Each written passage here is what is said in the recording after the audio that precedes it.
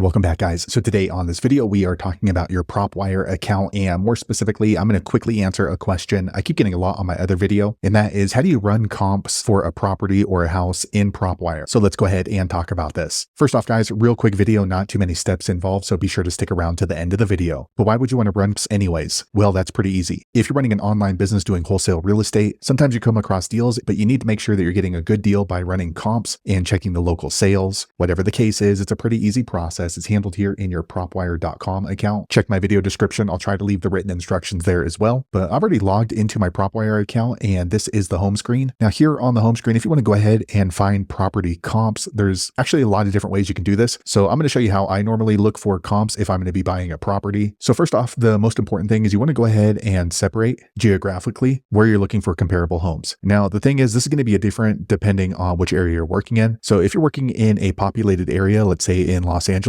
there's usually going to be a lot of comps that you can pull from. If you're working in a rural area, sometimes you're going to have to go a little bit further back or maybe a few months further back to be able to find comparables. So by finding comparables, it's not going to give you the exact value or potential or ARV of the property, but at least it's going to give you a good round idea if you're getting a good deal on the property. Now, when you're looking for comparables, generally speaking, what you're going to want to do is go back no further than 6 months from the property. Also, you want to look for properties that are similar. So if you are trying to comp a 3-bedroom house, you don't really want to comp it with a 6-bedroom house. Also, depending on which area you work in, even if a property is on the same street, it could be completely different. So that's going to be up to you to be able to determine that. So for example, if you're comping a property in Los Angeles, a 3-bedroom condo, you're going to have one building that was built last year. So obviously that's generally going to be worth more than a building that's next door to it with 3 bedrooms, but the building was put together in, let's say, in the 50s. So that's going to be situational that you're going to need to determine before you look for comps in Propwire. So once you have that information, first what I'm going to do is I'm going to click right here and then narrow it down by a zip code. So for example, let me go ahead and click here, and then we're going to use 97217. Okay, so now you can see these are all the homes that Propwire has data on in 97217. Now we can see there's a freeway running right through here. So as we were talking earlier, generally homes that are close to the freeway are going to be worth less than homes that are away from the freeway. So if our property is, let's say, up here on this side of that zip code, we don't really want to use a property that's going to be right here next to the freeway because it's not going to be a very good comparable. Okay, next what you want to do is click here on lead types. Once you click there, you want to scroll down until you see this section here called MLS sold. Okay, now you can see it filtered down to 324. So next on this menu, click on property types and then choose a like property. So if you are comping out a single family, choose single family. If you're doing condos, go ahead and choose condos because you don't really want to compare condos with single family residents. Okay, so now we have, and next we want to go ahead and do beds and baths. So for example, if we're comping out a 3-bedroom home, we want to go ahead and do 3 bedrooms right here, and that's going to filter out to 121. Okay, next we're going to click here on this more filter, and I want to click on property filters. Okay, so this one's usually pretty important. So square footage of the building. Let's say that we're comping out 1,000 square foot home. Maybe I want to go down to, let's say, 750, nothing smaller than that. And then max, if I am comping out a property that's 1,000 square feet, generally I'm not going to go more than 300 square feet above that. Also, the lot size could matter depending on which area you're working in. So for me, I'm going to go ahead and let's say we'll go ahead and cap this at 12,000 square feet on the lot size. If the lot size that I'm working on is about 8,000, maybe I'll actually only go up to 11,000. And then here, maybe if my lot size that I'm working on is 9,000, maybe I might go down to 7,000. Okay, and then we're going to click on save and close. Okay, so you can see we only have 3 properties to work with. That could be sufficient if it's pretty close to these particular properties. However, let me go ahead and maybe back out the lot size right here and here, and then save and close. That way we have a little bit more comps to work with. Okay, so that looks pretty good. We actually have 12 to work with. So next what we want to do if we're looking for comps, we want to give it a brief overview. So based on the parameters that we put in, it looks like property of that size is selling between 400 and 500,000. But it looks like there's a couple of outliers here. So there's 379 here. This could be because it's close to the freeway. And these ones over here, 300. So let me zoom in a little bit. Okay, let me pull this one up. So generally, if there's an outlier, I'm going to go ahead and just copy the address and I'm going to look at it on Google Maps. Okay, so here is one of the outliers. Let me go to the street view. Okay, it looks like a decent house, single family, street looks good. Nothing that really stands out of the ordinary. Let me go ahead and zoom over. Okay, so that makes sense. It looks like this happens to be a duplex. Even though it came up as a single family, it's connected right here. So that's probably why the price is so much different. So as I'm looking for comps, I'm actually going to go ahead and omit these 2 just because those are duplexes. They're not a single family, even though on public records, for some reason, they're coming up as single family. So now immediately we can kind of determine that our property is probably between $400,000 and $500,000. And it looks like the properties over here are a little bit more expensive than up in this area. So it would be safer to say if our property is in this area, it's probably going to be worth 420 to 40. So also what I want to do is I want to go ahead and look at the price per square foot when I am comparing a property. So it looks like this one's 444 square feet. 65 is really low. That's on the outlier. So we're going to go ahead and omit that. This one's 429, 458, 458, another outlier 300. That's just too low. And then this one 464. So we can probably say 429 to 470 per square foot. So if I want to get a brief rundown, I would probably just go ahead and estimate the ARV